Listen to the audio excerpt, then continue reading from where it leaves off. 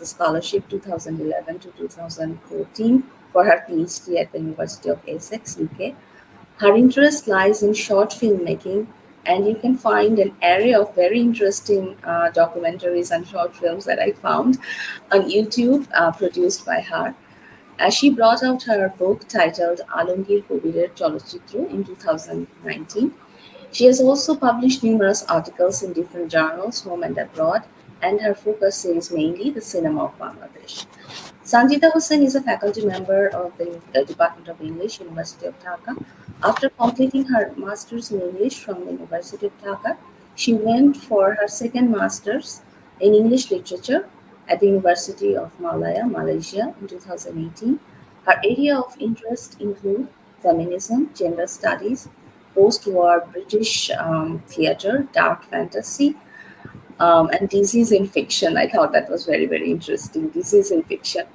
She is also a promising writer and has published short fiction and non-fiction in various platforms.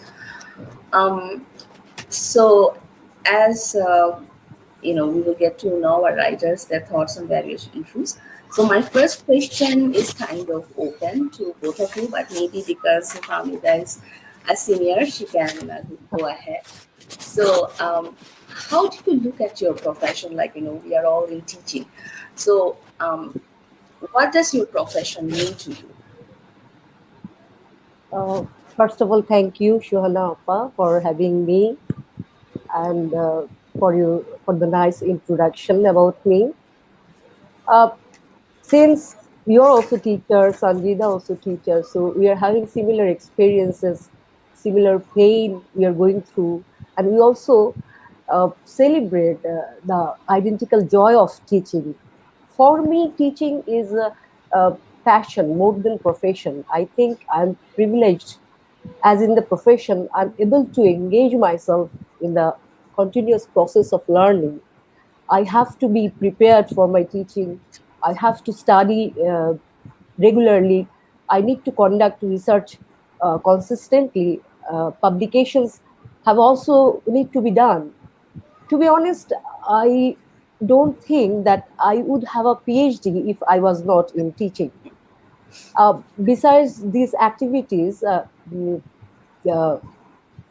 constantly I have to think about my communication skills.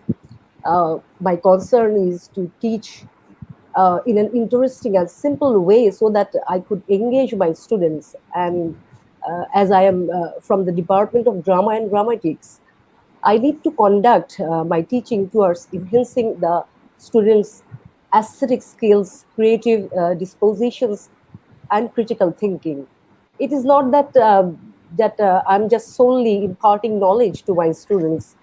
I'm also learning from them, and I'm constantly inspired by their creativity, energy, uh, eagerness, and excitements. Since I'm surrounded by a young group of people, I feel that the spirit of youth in me.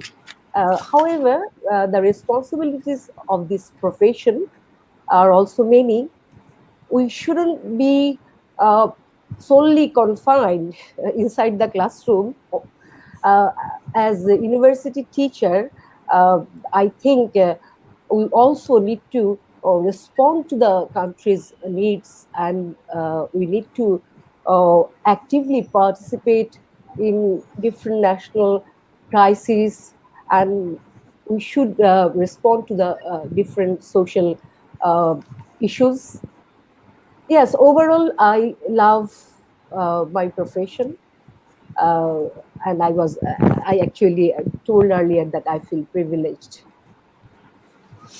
No, thank you so much. But yeah, much of what you say also resonates, like you said, that we are all in teaching profession, and teaching is not, imparting knowledge one-sided, because we also get to learn so much from our students, and every day. What would you say to that, Sanjita? Maybe you want to add something. Yes. Okay. Good evening, everyone. Good evening to all the viewers who are watching us.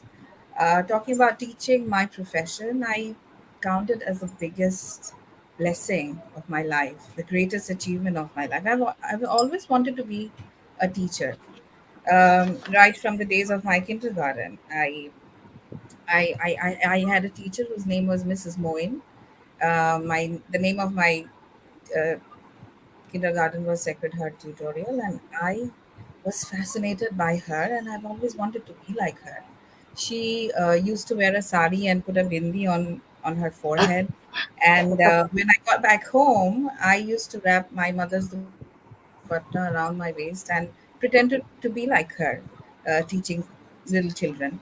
But the thing is, I've always wanted to be the teacher of small children. So when I was in my university, the first year, when the aunties around they came to know that I am studying English, they came to me for giving tuitions to their children, English tuitions.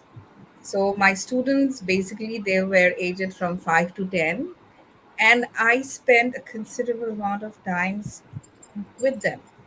And they have such wonder in their eyes, and they want to know so much. And to them, I was like, the most knowledgeable person in the world. And I went to them, I taught them, and I also um, spent time with them. Like it was my favorite pastime. So for me, teaching is something like you have stories to tell inside of you. Teachers are performers, they're storytellers. They know something and then they make it interesting and then they tell it to others. You teachers are like the torchbearers of the nation. They hold light. When they know something, they get illuminated inside of them, and when they're spreading the knowledge they have within them, they're basically spreading light. They are lightening up other human beings. So I love my profession. I think this has always been my dream job. And another thing is, since I have become a university teacher, I when I was a student, I asked one of my very dear professors who is now in his 70s, and I told him very stupidly that you never look old. It doesn't seem like you are 70. And then he said that, people like you, young people are like you, they have kept me young. So I look young because of my students, because of my young students. So I'm a literature teacher, and through literature, studying, teaching literature, I think you get to live 1,000 lives in just one life. And it's the greatest thing I could ever be. I love my job. I love it with all my heart. Thank you for that question. Yeah, that reminds me. I mean, I almost feel guilty because teaching was not a profession that I actually dreamt of.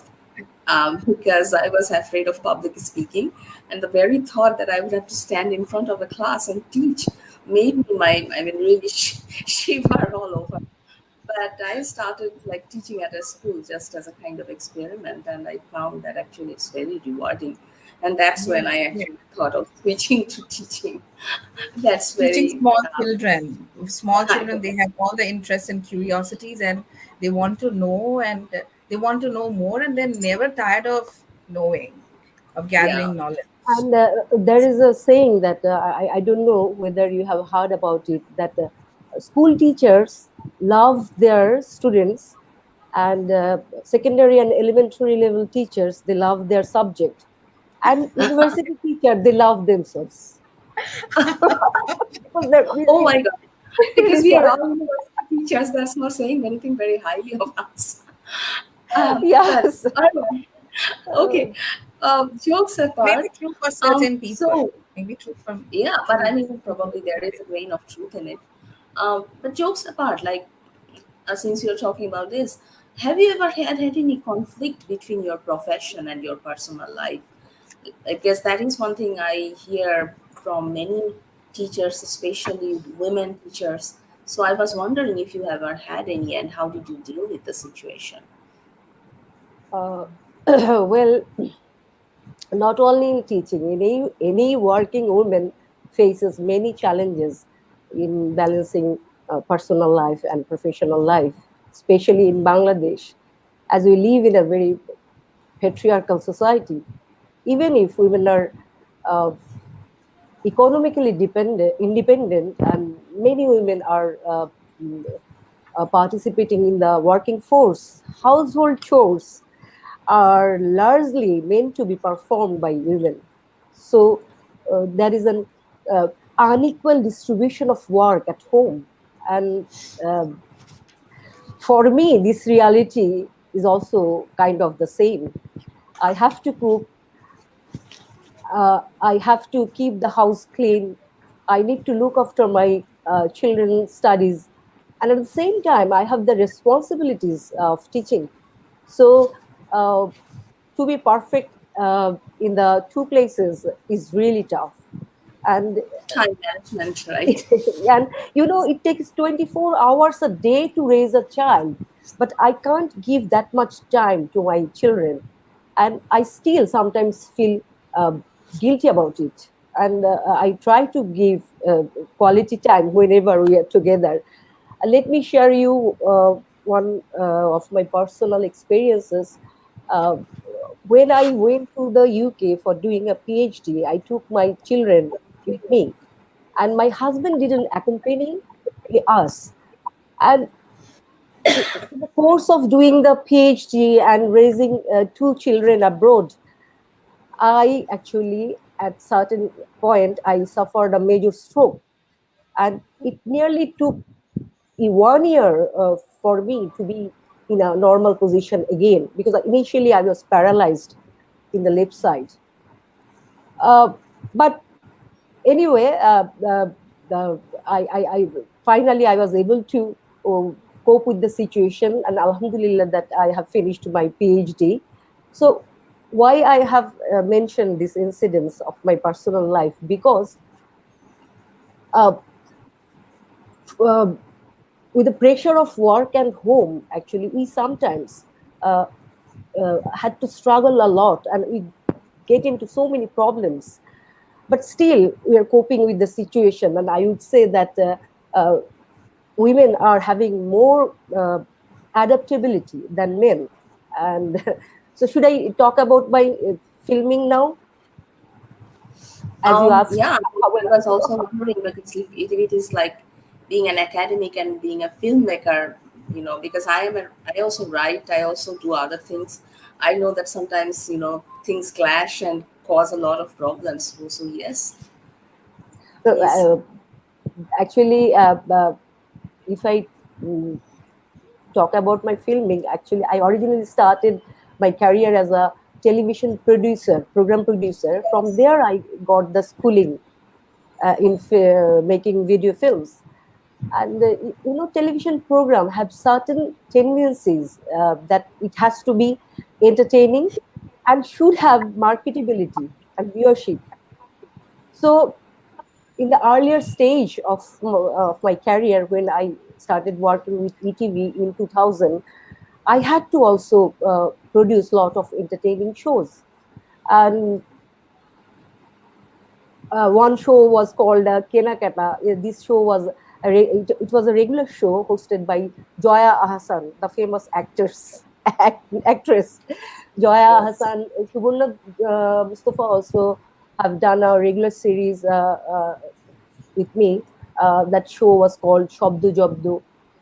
So I have done several series there, and one of shows in at Ekusha Television.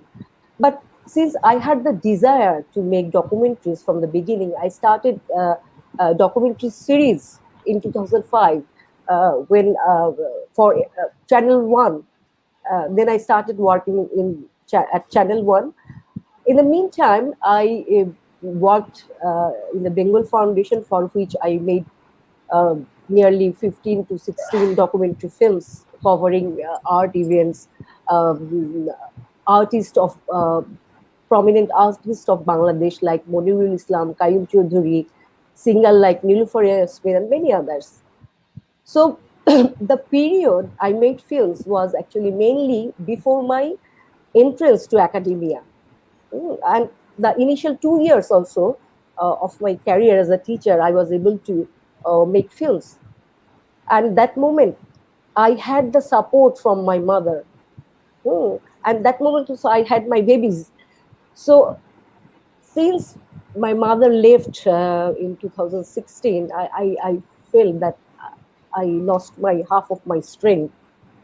Anyway, let's come back to that position that after my entrance to academia, I had to focus on more uh, on research and publications, and that's why I couldn't give much time to my passion in filmmaking now, or for the last couple few years. Moreover, I was out of the country nearly for 6 to 7 years. First, I was in Korea for doing my second master's in graphic design from 2002 to 2009, and then in the UK from the end of 2011 to 2017. So it was a huge gap. And after returning to Bangladesh, I was, as I told earlier, that I was more into Yeah, teaching. So my boys are also at the crucial stage of their education. So I need to give them time.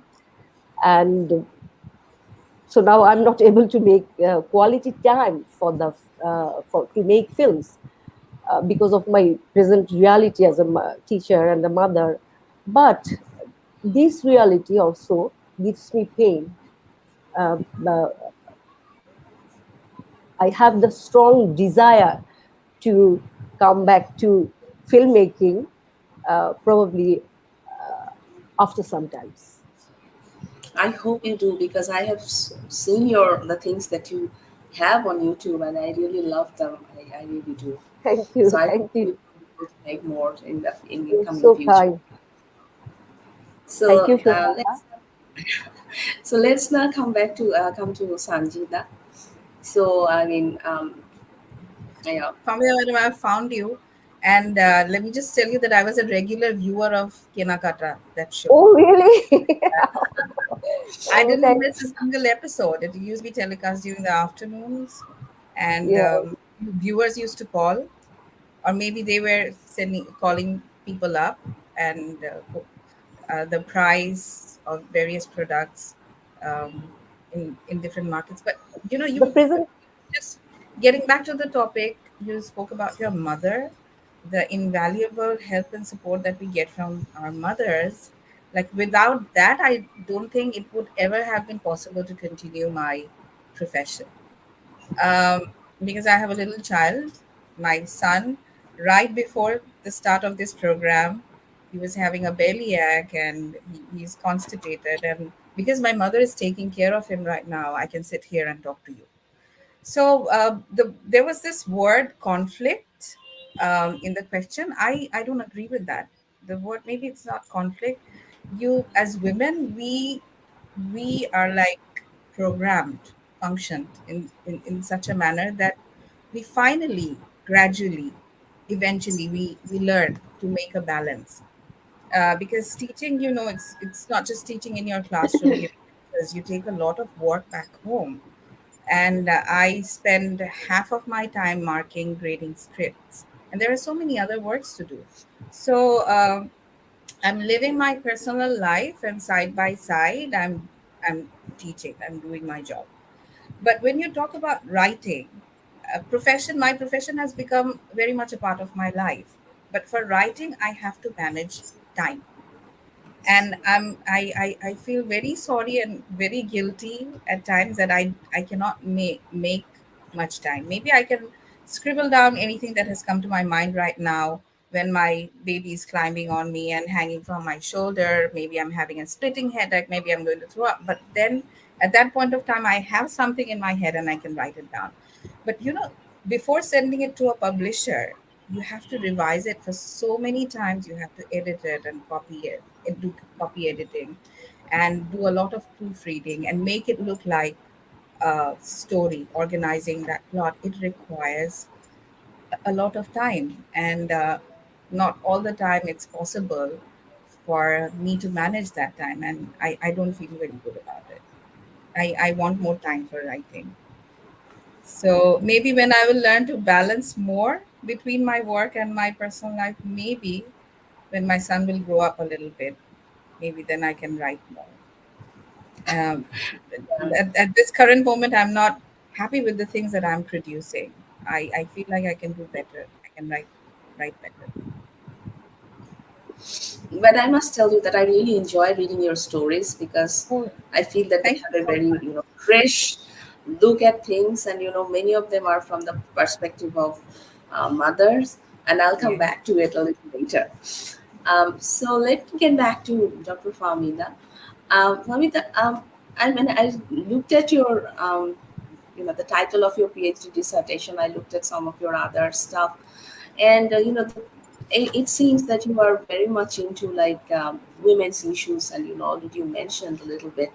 But the title of your dissertation is like Fragmented Memory, Incomplete History, Women and Nation in War Films of Bangladesh. I don't know it.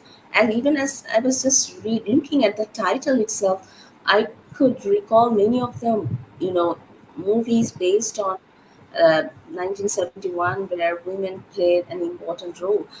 I also see that you have written on Tariq Masood's Mukti Khan, a movie that I absolutely loved. I don't usually go to cinema halls, but this is one movie for which I went to. The actually went to the hall, but this we film must. actually the most popular documentary film uh, Yes. for the whole South Asia. Mm, Muktir Gan. okay. We often hear that the Liberation War of 1971 is like a wound and an inspiration for Bangladeshi creative minds. So, how does it work for you? And and since we are talking about inspiration, like what would you call some other inspirations behind your work? Uh, okay. So there are Yes. several parts. I know I asked a lot of things. No, it's okay. Let's start from the Liberation War. What it does mean to us, to our nation. The Liberation War is the most significant and celebrated chapter of our history. And uh, during the war, all of you know that the genocide committed and by the Pakistani occupational forces and their collaborators, involving killings of nearly 3 million people and the raping of uh, 2 to 300,000 women of Bangladesh. So certainly the war left a scar in our national memory, but at the same time, uh, we have also because we have won the war, so the war is also the source of inspiration, huge inspiration, profound inspiration for the Bangladeshis. So you note that we call the liberation war Mukti Juddha. Here, Mukti connotes the profound perception of the uh, mm, freedom that actually goes beyond the limited meaning of Shadhinata, independence. So, what we does we you see that we prefer to call liberation war as Mukti Juddha rather than Shadhinata Juddha. So, and certainly the war has been a recurrent theme in Bangladeshi cultural and political discourses. And since after the war, different form of arts discourses have been featuring and focusing on the theme of the war very vigorously. And I am also immensely inspired by the ethos of the Liberation War. And I feel uh, proud of thinking that, okay, I am the part of the Bangladesh and we have the that sort of chapter like Liberation War uh, for which we feel proud. So, but I didn't experience the war as I was born after several years of the war. But in my memory, I can picture the war. I draw this from my experience of watching different war films, and also due to my encounters with different war narratives. So, and I've also heard stories from my parents uh, about their experience during the war. So I have developed a prosthetic memory. That memory is not true; it's prosthetic. Prosthetic memory in me uh, from those references with which I encountered. And prosthetic memory, actually, it is not a soul. possession of a person. It can be a public past. So we all who following the who are born following the liberation war, we also have this sort of prosthetic memory. So now the point is, how was the prosthetic memory, or how is the prosthetic memory is being shaped from our childhood?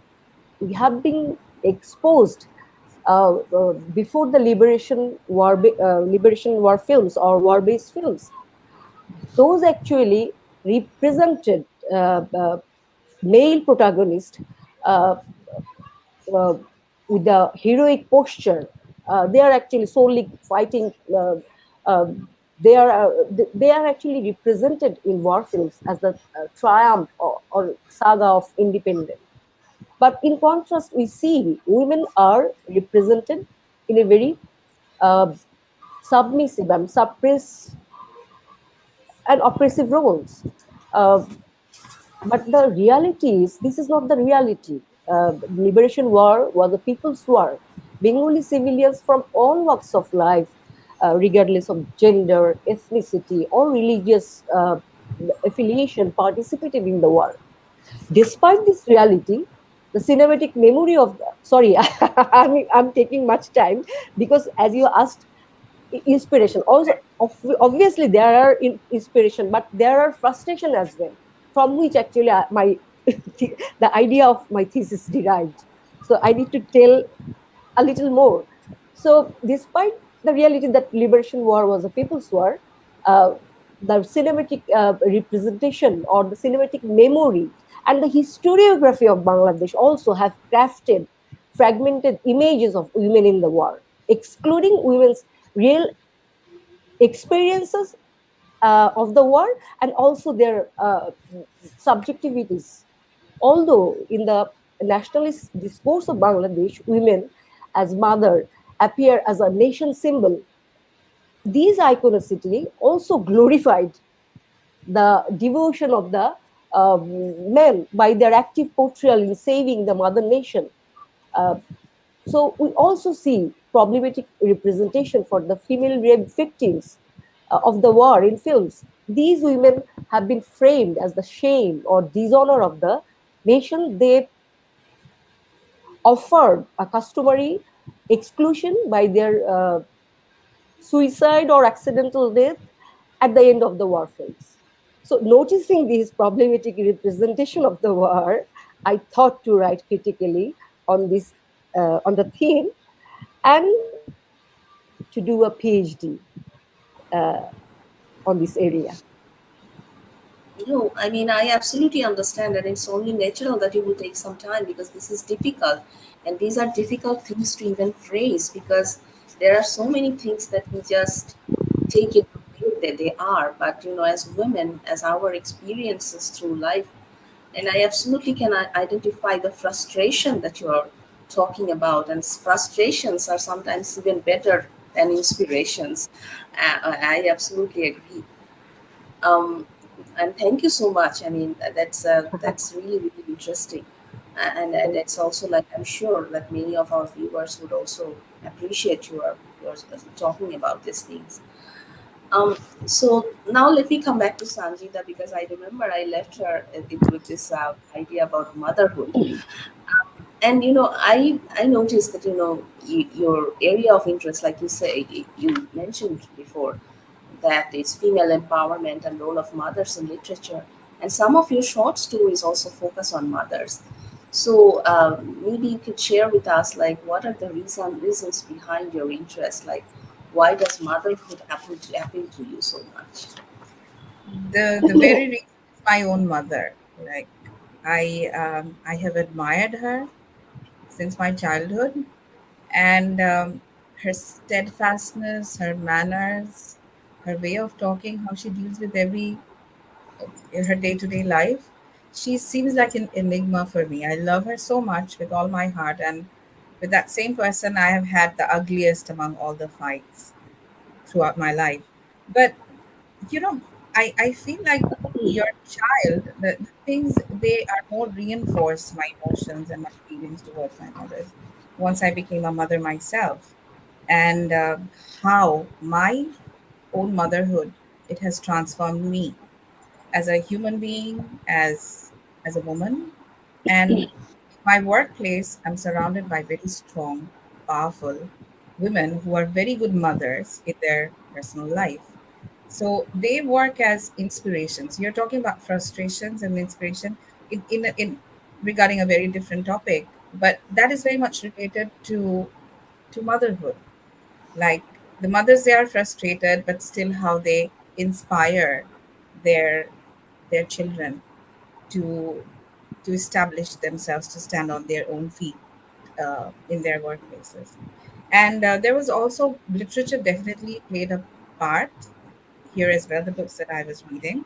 Um, in my first year, right after entering the department, I was taught My Oedipus Complex by Frank O'Connor, and Larry's mother, uh, and different other mothers. Mother is not just for me like the biological mother. Anyone, any woman who gives you mother-like care is your mother. For example, I feel like Miss Havisham in Great Expectations. She was also a mother for Pip, and and then there was Gertrude in Hamlet, and Gertrude in Sons and Lovers. And the thing is, the things that your mother injects inside of you in your childhood, you carry it for the rest of your life, and that basically decides what kind of a person you're going to be. So, mothers, they play such an important role in every human being's life, and they seem to be something motherhood, the whole entire thing, it seems like enigma for me. Mothers are enigmas for me. They're enigmatic creatures. They're not just any other human beings. So that has basically uh, inspired me, influenced me, encouraged me to write about mothers. Um I write about mothers in my stories, and also most of my scholarly articles, they deal with motherhood. Yes, so I noticed. So definitely that was one question that I wanted to ask you. So since we have addressed issues that are kind of very much relevant to your areas, so here is another question that I think both of you can I can address. What are your views on the representation of women in Bangladeshi literature and film? I think you have, especially Fahmida has partially answered this or addressed this question to some extent, but still, like, what I would like to know is, do you see any difference how male writers, artists, or producers or filmmakers like um, look at the subject of women, I mean, from men? I mean, how does it work, like, for male artists versus female artists when they're representing women in their work? Because this is something that has Uh, bugged me okay. a lot. Actually, in my previous answer, I was answering the issues of representation in war films. But if you think about the film culture of Bangladesh, which actually involves mainstream film, um, independent films, that that is also male dominated. Actually, Bangladeshi film industry is male dominated and male controlled, where women are almost always uh, they are actually constructed from the perspective of a male director, and that's why we don't see the real women in the man's creation of women. uh, okay, I can go to your second question, or I should deal with some representation issues No, that but we see feel in free to film. address whatever way. I mean, I don't want to sound like you have to answer all my questions. It's nothing like that. I mean, whatever fits your, Yeah, let me criteria. share a few features of Bangladeshi films, particularly the mainstream films. So, women come mostly in the popular films as the hero's girlfriend, mother, sister. They're essentially prototypes and represent goodness, and although their characters are linear, the mother character is always idealized as a sacrificing mother.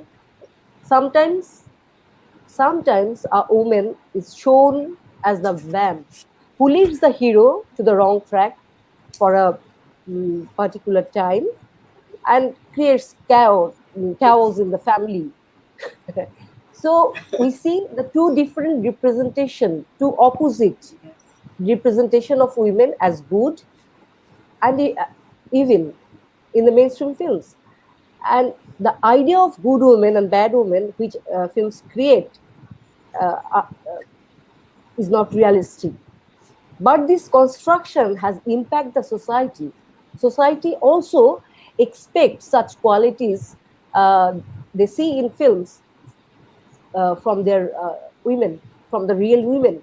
So reality drives towards a falsehood with the inspiration of film. Hmm. Probably it is not in case of middle class, but if you see the working people who are still the audience of Bangladeshi films, they get inspired by this sort of ideologies produced by the film. So in most cases, women are shown uh, as if they don't have professions. If they are shown in films as professionals, sometimes they are constructed as perfect both at home and work, but we cannot be perfect in both places.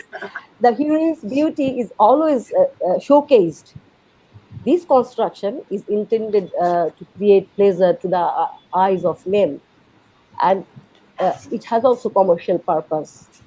And violent incidents like rape are used as entertaining element in our commercial films, and we witness this type of constructions in some early commercial films made on the liberation war.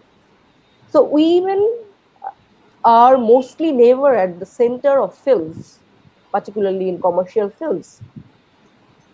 If sometimes they are at the center of a film, they are presented as idealized character. For example, if we look back in the 60s, the most popular film was Rubban.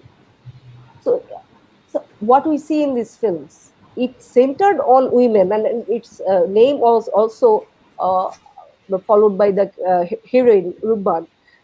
But the character of actually signify the purity, chastity, self-sacrifice of women. So the construction of women was not uh, with the agency, but it is not also, it has not been also static over the last 50 years. In some art movies, women are depicted as strong women, such as in Tita Shekti Nodin Nam, Suryo Dikhul Bari, Golapi Ekhon Trene. Hmm. And now come to the question, the second part, the involvement of women, whether it can create different representation. Of course, involvement of women in filmmaking could offer a revisionist approach that seeks to retrieve the experience of real women and their realities. We can give example of Sheila Lipi by Shamima Akhter. This film strives to portray women's footprints in the history by retrieving the narrative of a real historical woman, Shahid, martyr, Selina Parvin, a writer and editor of the magazine called Sheila Lipi. Again, it cannot be guaranteed that all women filmmakers will depict women through a feminist perspective, because in the mainstream films we see many women filmmakers, not many, uh, relatively a small number of women filmmakers are there, but uh, we often see the technique of satisfying the male gaze through the uh, projection and portrayal of women as a spectacle uh, in their films. So it is actually the process of society. Actually, the way we uh, grow up, uh, we are growing up in a patriarchal structure. So even if as a woman I may be uh, uh, influenced by this patriarchal structure. Anyway, so these are the I think I have answered your question. uh, is that okay? Oh, there is no okay because this is your perspective, and I think you Yes. have Yes. thoroughly looked at it, like because patriarchy is a system, and even speaking from within the system is very difficult because we are always conscious of being judged, and whether we would be termed as a bad woman. So there is that danger all the time. Yes. So, yeah, Sanjita, would you like Yes. to add I because would like to differ. I dare to differ with Fahmida Madam a bit because my views are quite positive. The movies that I'm watching and the stories that I'm reading, like they are now having very different kinds of portrayals of women. For example, I can tell you about like Famila Madam said that during in the war movies, the women they were submissive, they were playing very oppressive roles, and they were basically excluding women's real life experiences, and they were portraying sacrificial mothers. But I can tell you, I have seen recent TV dramas, and they show you layers of motherhoods in all their different shades. These mothers are not sacrificial, not at all. Are They you can. watching Bangladeshi popular film? Sorry to Uh, interrupt. Sorry. yes, I'm coming to that. I'm coming to that. Okay. But let me just start my discussion with the drama, the TV dramas. Um, it was Eid holidays, and I watched a few dramas on YouTube. So, these mothers are not sacrificial. They hamper the child's individuality. They even tend to destroy, do everything to create hindrances and stones, impediments in their love lives. I'm talking about the very recent things that are being made. And coming back to writing, I was fortunate enough to do a review of Sohana anthology, the collection, the very recent collections. And the women I have seen women portrayed by the short story authors, they are very different. I grew up reading the writers of West Bengal, Buddhadev Guha, Sunil Gangopadhyay, how they portray women as someone very, like soft and delicate and tender and not raising their voice. They just decorate them as dolls and um, সাজিয়ে রাখার মতো একটা জিনিস। But then I came across Shamresh Mojumdar and how they were struggling and how they faced the challenges of life, whatever challenges the life was offering to them. So I have I have felt the changes. I have seen the movies of the 60s, 70s, 80s, and 90s. 90s movies, they were horrendous, the way they portrayed women. But I'm very hopeful about the new movies that are being made. um, and I have recently watched a movie. Uh, the central character was a male, and but if you like watch the movie very carefully, you can see that at the backdrop there's a woman who is basically the driving force of the plot. He is making the movie go ahead, progress over the period of time. And I admit that I don't know much about films. That's not my area. I'm very sorry. Maybe I know a lot less than Madam, but the thing is, I feel really hopeful by the way the portrayals I have seen, I have viewed very recently. But I also feel that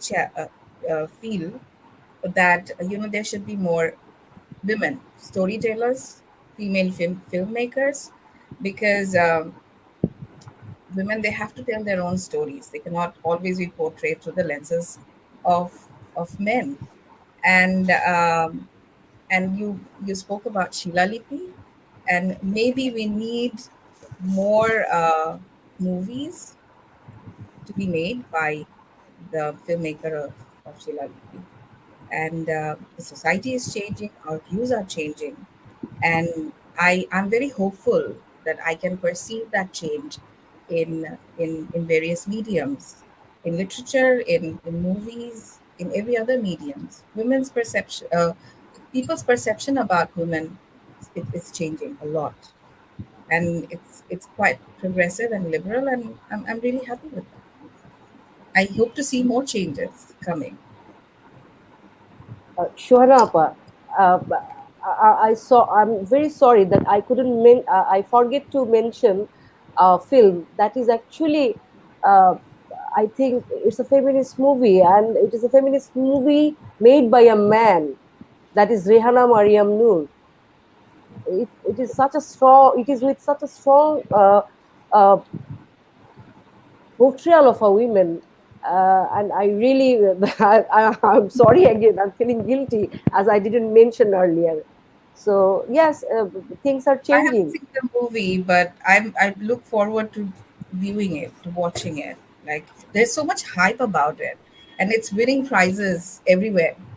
So yes, things are changing, and we should be very hopeful about these changes. Of course, of course. Yes, things are changing, but I guess I am also kind of old, so sometimes I also lost hope. You're not Um, old. Don't say yes, you are that. right. There are things that are coming up, and we should also look at the bright sides of things. Absolutely.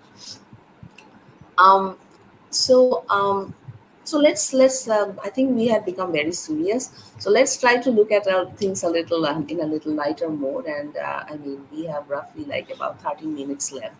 Um, I also, there's something like writers, intellectuals, everybody like we have stepped in a new world. Like there are like so many different platforms these days, not just newspapers, not just TV, but there is this podcasts, blogs, YouTube, Twitter, Instagram. um, this is like really taking up a lot of attention as if you are like I have been told that if you are not on Instagram, you are not cool. So that I also feel that okay, maybe this is time that I should think about opening an Instagram account. But so I was interested in I was wondering, like, do you find them useful? Do you find them useful, intriguing? How do you look at this all these new platforms? Do they seem helpful to you? Do you use them? Um, Should I yeah, so go start? ahead. Yeah. Okay. First of all, I need to tell that I'm not cool. I don't have any Instagram account. So, so it's kind of similar to you. So I mostly find social media helpful for me as a researcher. I share my research information on different platforms. I get informed about other researchers' research in my field from different online platforms. And I also sometimes come across the call for papers of important conference as well as journal articles in my field from social media, particularly from Twitter. So I very often browse YouTube for primary understanding on any topic. But as a researcher, I prefer browsing ResearchGate and Academia Edu where I can find different papers of my need. And social media sometimes allows researcher to do uh, personal branding, since we are not like businessmen, and we can disseminate our knowledge and research voluntarily. So for this, social media is very helpful. For example, during the lockdown period, due to the spread of COVID-19, I hosted a regular online live talk show named Film Talk with Fahmida. So it was with the participation of the film related personalities from and beyond Bangladesh.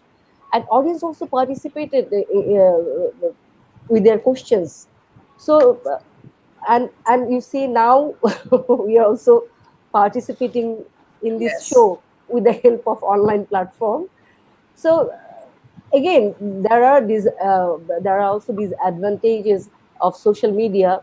uh, uh, there are so many fake news, information spreading out, and you need to identify which is wrong and which is correct. Sometimes we spend too much time on social media, um, which is also very disturbing, and it may cause sometimes depression. uh, but overall, I think social media is helpful for us.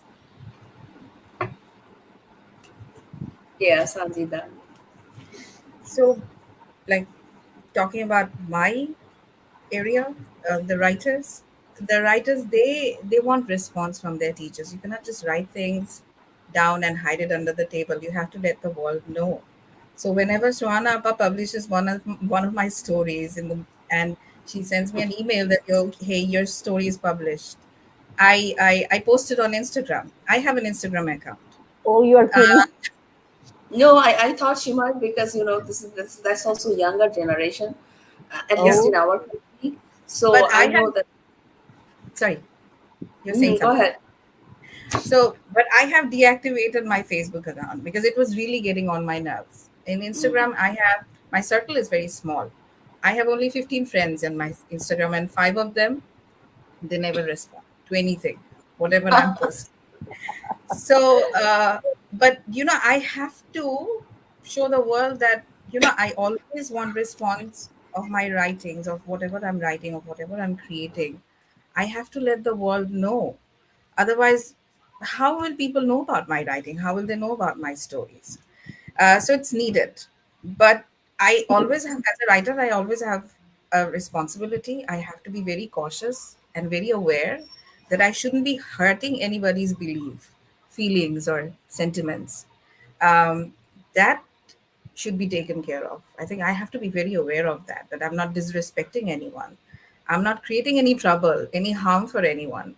That is very important. And the way we should handle our social media accounts, it tells a Yes. lot about you, about your personality. So we should be very cautious No, in the way we absolutely. handle. Yeah, absolutely.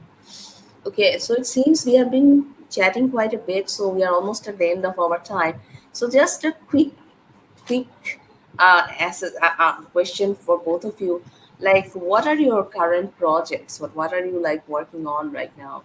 So well, maybe you can share with our audience, and people are always interested in learning what um, upcoming authors, researchers, academics are doing besides teaching. okay. I'm working on several projects at the moment. Uh, uh, I have to convert uh, a project into research article that is on Ritwik Ghatak's Pita Shikti Nodin Naam, and an essay on women director in Bangladesh is also nearing completion, and both of these are written in Bangla. And moreover, I need to work on uh, publishing my PhD thesis. Uh, and recently, an English article that is based on one of my chapters uh, got revision from an international journal. So I have to work on that as well. And a chapter uh, that is due to appear in an edited volume called Routledge Handbook of Bangladeshi Literary Culture, in which Sohana Appa is also a contributor. So yes, that's my projects at the moment. No filmmaking projects I am having now, but pretty busy with research and publication. Sanjida. I'm so busy with my like such under such work pressure that um, I'm really actually not doing anything right now, but I have plans to do something. I want to write a review of a book which was written by one of my teachers and translated by another teacher. So the writer and the translator both were my teachers. I have been so fortunate enough, and I'm reading that book and I'm planning to write a review on it. And I'm also planning to write a research article on LEL, Letitia Elizabeth Landon. You can locate her in the 19th century. She was a very popular romantic poet in the romantic era, but the male authors buried her underground and now she's being rediscovered. So she was called the female Byron during her lifetime. So I'm trying to write a paper on that, on her. Okay. I'll, I think that's it for today. I mean, we have pretty much covered everything that we were planning to discuss on. But I'm really thankful that both of you were able to join today, and it's been such a wonderful session. And I hope that Sanjita, I hope that you will send a short story sometime soon for Daily Star, and I Fahmida, hope so I hope too. that you will write for us. So I that love the that reactions from people when they tell me that they have read my stories and how they liked it, like a very fresh perspective. They tell me that yes, the you are best writing thing. something very new, like something we haven't ever seen this thing from that angle. You're presenting a very new angle. So I always Yes, search for people's reaction, my how they feel, how they read my stories, I and think you that's what all writers do. Like, how yes, was it? The reaction of the reader, the feedback from the reader, that's what we all look for. Yes, I think that's the best thing we can, like positive feedback from our readers and audience. But again, thank you so much. thank you so much. And It's a pleasure talking to Famida Madam, talking to you. And thank you so much for inviting me. Thank you so much for arranging this discussion. yes, so Yes, thank yeah, you, Shona. But I also I'd like to extend my heartfelt thanks for this because I found you so much accommodating, and this should have an editor should have this sort of quality. I hope so. I hope so. I hope that we are able to carry it on. Other than that, I mean, everything should be fine. And I think our time is also almost up. We will be, we might just be cut off at any time, at any moment. And thanks to everybody for watching this and being with us. Thank you so much. Thank you. Thank you.